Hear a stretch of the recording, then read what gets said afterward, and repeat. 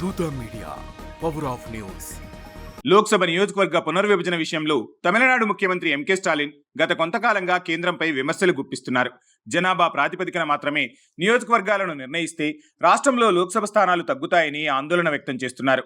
ఈ అంశంపై తాజాగా మరోసారి స్పందించిన స్టాలిన్ ఆసక్తికర వ్యాఖ్యలు చేశారు. పునర్విభజనతో నష్టం జరగకుండా ఉండాలంటే కొత్తగా పెళ్లైన జంటలు అత్యవసరంగా పిల్లల్ని కనాలని కోరారు. నాగపట్నంలోని ఓ కార్యక్రమంలో స్టాలిన్ మాట్లాడారు. ఈ అంశాన్ని అక్కడే ప్రస్తావించారు.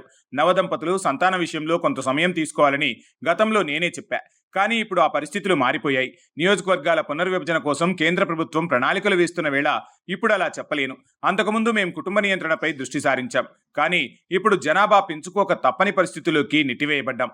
అందుకే నేను కోరుకునేది ఒక్కటే, కొత్తగా పెళ్లైన దంపతులు త్వరగా పిల్లల్ని కనండి, వారికి మంచి తమిళ్ పేర్లు పెట్టండి అని సీఎం రాష్ట్ర ప్రజలకు విజ్ఞప్తి చేశారు. ఇటీవల కొలత్తూరులోని ఓ వివాహ వేడుకలోనూ స్టాలిన్ ఇదే తరహా వ్యాఖ్యలు చేశారు. పరిమితంగా పిల్లలను కని సంపదతో జీవించాలనే ఉద్దేశంతో కుటుంబ నియంత్రణ ప్రచారాన్ని చేపట్టాం, కానీ దీని కారణంగా రానున్న కాలంలో నియోజకవర్గాల పునర్విభజన జరిగినప్పుడు లోక్సభ స్థానాలు తగ్గే పరిస్థితి ఏర్పడిందని వ్యాఖ్యానించారు. మరోవైపు ఈ అంశంపై చర్చించేందుకు ఈ నెల 5న సీఎం అఖిలపక్ష సమావేశానికి పిలుపునిచ్చారు. ఇందులో పాల్గొనాలంటూ ఎన్నికల సంఘం గుర్తింపు పొందిన రాష్ట్రంలోని 40కు పైగా పార్టీలకు ఆహ్వానం పంపారు. లోక్సభ నియోజకవర్గాల పునర్విభజన పనులను కేంద్ర సర్కార్ 2026లో చేపట్టనున్న నేపథ్యంలో జనాభా ఆధారంగా ఇది జరిగితే రాష్ట్రానికి 8 నియోజకవర్గాల వరకు తగ్గుతాయని స్టాలిన్ ఆందోళన వ్యక్తం చేస్తున్నారు. హాయ్, నేను మీ ఆర్పి పట్నాయక్. ప్లీజ్ సబ్స్క్రైబ్ టు దూత మీడియా.